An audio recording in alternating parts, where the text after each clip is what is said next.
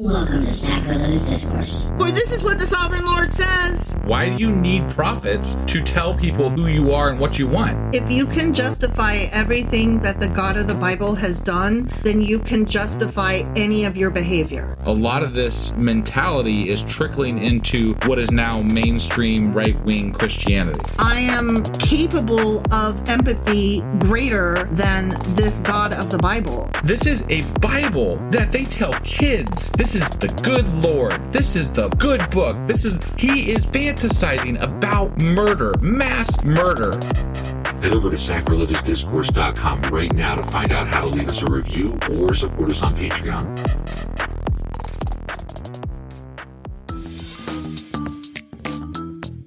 Hey there, sinners and saints. It's your favorite Bible-bashing duo from Sacrilegious Discourse, and we need your help. That's right, folks. We're raising funds for some heavenly equipment and a studio that doesn't sound like it's in the depths of hell. Our current setup, let's just say it's more apocalypse than audiophile. So if you want to hear us dissect the Bible without the background noise of demonic squirrels, chip in a few bucks. We're aiming for $5,000 to upgrade our audio and build a studio worthy of blasphemous banter. Donate today and help us spread the good word of atheism. You can find a link right on our homepage, sacrilegiousdiscourse.com. Every dollar counts. Even if it's from your collection plate. Husband! Wife! What you doing today? Well, so I'm running another special episode. This one is a Patreon only. And today we're going to be going over Pete Hegseth. What a dick. Yeah, absolutely. He's a dick. Okay, who is that guy again? So he is our new Secretary of Defense. Okay. He just got confirmed in late January. And we're going to talk about some of his views and what he believes and maybe tattoos. Tattoos? Yeah. Tattoo.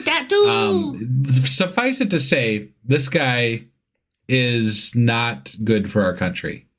And really probably dangerous for our country. Probably. That's my best estimation. That's what ChatGPT told me.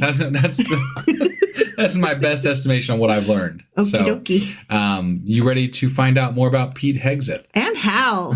All right, let's do this. Okie dokie.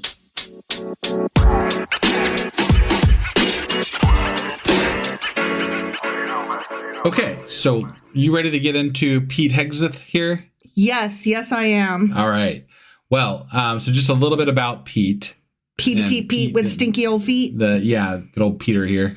That's what my grandfather had a dog when I was a kid, and his name was Pete, and so they always sang Pete with the stinky old feet. For real. I think that's a great way to reference Pete Hegseth. Yeah. I think that's great. Okay, tell me about this douche. Sure, yeah. No, so, the parts that sound good are that he was a former Army major. He was deployed to Iraq and Afghanistan and received 2 Bronze Stars. All sounds very, whatever. He did stuff, right? Sure. Also, he was a former news personality on Fox News. And there it is. And he is known for his right-wing Christian nationalist rhetoric. Oh, okay. Yeah. So he was recently, at the end of January, he was confirmed as the new Secretary of Defense, and it's really turning the military into basically a Christian nationalist movement based on what I have been able to glean about this individual. Okay. So let's talk a little bit about what his views are. Okay. Right? So yeah, I'm a little scared of him. So. Yeah. So his views are basically that the U.S. should be governed by biblical principles rather than secular democracy. And he is part of these groups. There's I put this in the wrong place in my notes here, but it's Sphere something or other. And he's also, I'll get to it here in a bit. But there's these religious groups that he's affiliated with loosely that basically he is not okay with democracy or letting people rule themselves. Oh. He wants this to be more or less a theocracy. So he likes a king. Yeah, which is kind of the scary bit, right? Because we've got we have a president right now that's calling himself a king. He's got a Secretary of Defense that's okay with a king. And we're building up, this whole ability to make that happen, in my opinion, right? Like we're putting people in places where the restrictions for this to happen or not happen are becoming less and less. Right. Right. So